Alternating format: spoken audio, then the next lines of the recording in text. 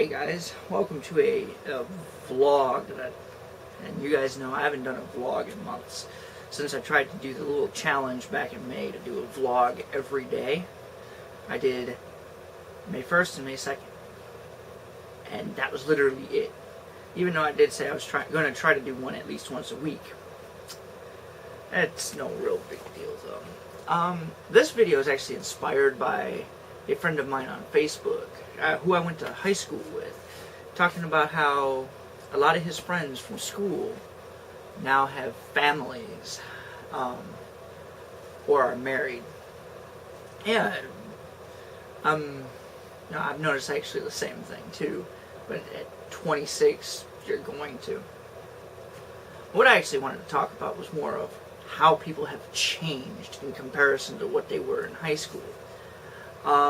One of my closest friends growing up, from the age of 3 up, had absolutely no interest at all in computers of any kind. What did he go to school for? He graduated school last year, I think it was last year, and got a degree in IT, which is actually still one of the big debated topics amongst IT circles. Is certification required? Is it important? Because you have a lot of people that have been in the field for years who don't get certifications, who don't try for them because they find them beneath them. You also have a few that get them. But as funny as it sounds, I worked for about a year and a half, well, a year in automotive. I worked for a year in automotive. A year and a few months. And you want to see the books I used to carry around in school? Now, I didn't have anything this updated, but I carried books like C++. This one's on C++ CLI, which, didn't come out till shortly after I left high school. Of course, little itty bitty, like this is for the XNA Game Studio. I also had some for DirectX. I had Sam's Teach Yourself C and C++. And of course, C#. Somewhere, I actually still have all of my old books. They're probably in my footlocker. I'll have to get into my footlocker and open it. I know I have a ton of books in there. That thing weighs a few tons. I also have various electronics books. Now, offhand, I don't know where the books are. One day I carried something very similar to this to school. Now, I went to a small school. They didn't necessarily have an electronics class. This has a ton of resistors. This is a few capacitors. This is actually I got from my grandfather's house when he died. Jumpers.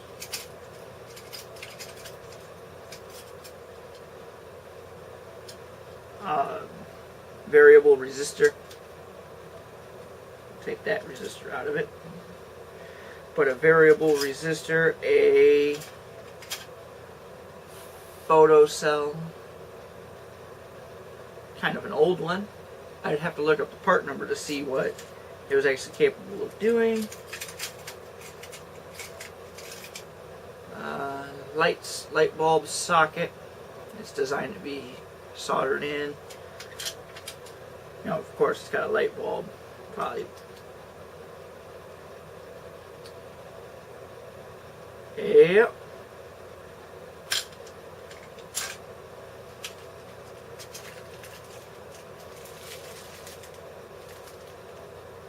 Solder. This looks more like it was a starter kit at one point. When I was a kid, I was deeply into electronics. I still actually am and keep up in the electronics field. I just don't know why I drifted away from it. I really should get back into this. Of course, I have,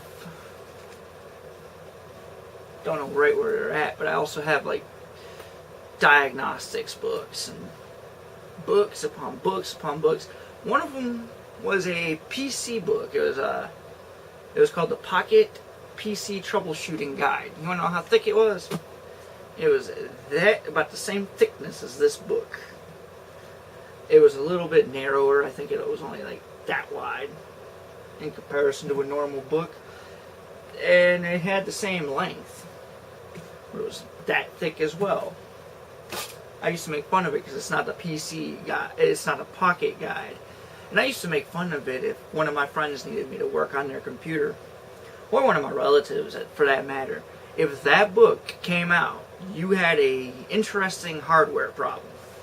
It covered some software, but for the most part, especially right after Windows XP came out, the software in the book was mostly geared towards 95 and 3.1.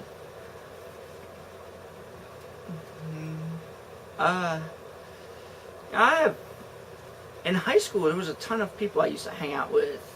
And we used to go, well, you'll drop out, you'll graduate college and be like something else. And it's like, the guy everybody guessed would graduate college and get a really good job is a high school dropout working at Target. The guy everybody guessed would be a high school dropout graduated high school.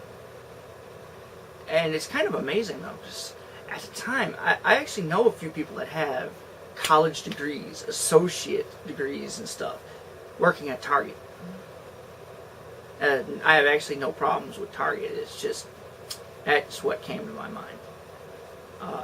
Target and Walmart for some reason. And surprisingly, I don't know anybody that works at Walmart, even though I'm at Walmart lately a lot. You know, in high school, I was that kid that took apart like stuff just to see what made them run. The video I posted on my Basic Computer Help channel where I took apart my ATX power supply tester, the useless one. Well, the one that's useless now. I used to do that to everything. Once it became out of date, I'd take it apart. My next video on Basic Computer Help, since I had so much fun with that, one second. As I was cleaning, I found my very first digital camera. Kodak EasyShare M753. It's a 7 megapixel camera. It did not do HD. The reason I stopped using this and switched over to an HD camera back in 2008 is because I was using this to record some fireworks, and one of the fireworks backfired and hit my camera. When it was one of those that went up into the air. The firework fell and then shot towards my camera. When it did, it went over here where the microphone was and exploded and took the microphone in and out. So this literally became useless to me, and I used it as an excuse to upgrade. I will call her back in just a second.